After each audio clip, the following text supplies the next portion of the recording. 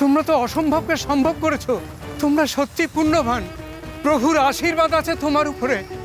এবার নিশ্চয়ই তুমি তোমার 5 মাসের স্মৃতি ফিরে পাবে মা।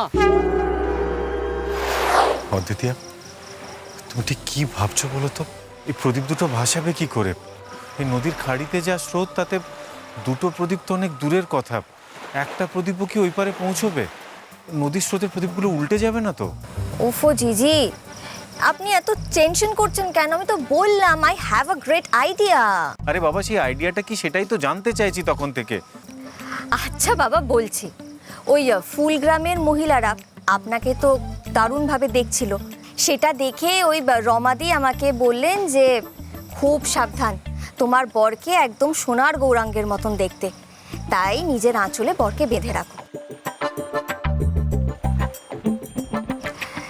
Now I keeping my feelings apart, যদি আমি এই আঁচলে বাঁধার বিষয়টাকে নিই আর এই প্রদীপটাকে যদি আমি একটা বর প্রদীপ বলে ধরে নিই, আর এই প্রদীপটাকে যদি একটা আমি বউ প্রদীপ বলে ধরে নিই, আর এই দুটো প্রদীপকে যদি আমি আমার আঁচলের সাথে বেঁধে দিই, তাহলে নিশ্চয়ই এই জলের স্রোতে বর প্রদীপ আর বউ প্রদীপ আলাদা হতে পারবে না, তাই না?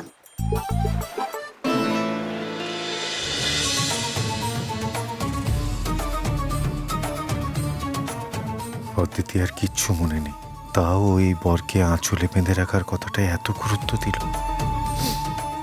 গুরুত্ব তো দিয়েইছে, তা না হলে এই টুকরো কথাটা ওকে এই উপায় দেখাতে পারতো না। আগের বার ফেলিয়ার হয়ে বড় আশা নিয়ে তোমার কাছে এসেছি ঠাকুর, এবার আর আমায় খালি হাতে ফিরিয়ে দিও না।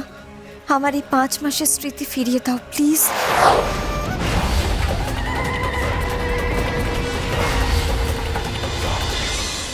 চেচে, হঠাৎ করে বৃষ্টি নামলো কি করে? চেচে, একটু আগেও তো আমি দেখলাম আকাশ পরিষ্কার ছিল, কোনো বৃষ্টি ছিল না, মেঘ ছিল না, চাঁদ দেখতে পাচ্ছিলাম। এখন এই বৃষ্টির জলে যদি আমাদের প্রদীপটা নিভে যায়। আসলে অদ্বিতীয়া, প্রভু আমাদের পরীক্ষা নিচ্ছে, আর এই পরীক্ষায় প্রভু নিজেই আমাদের উত্তরে দেবেন।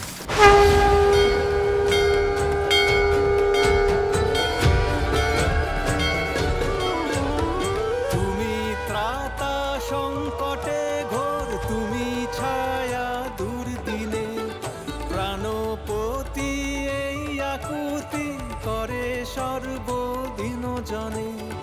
তোমার রুদ্র তেজে শুদ্ধ শান্তি বিরাজ হবে।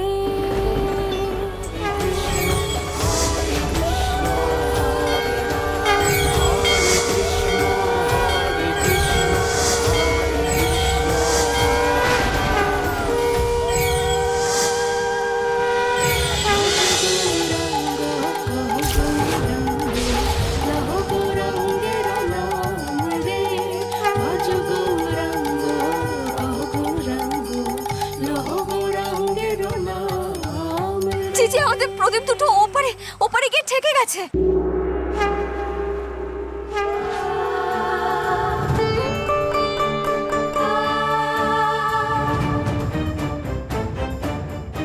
অবিশ্বাস্য, তোমরা তো অসম্ভবকে সম্ভব করেছো।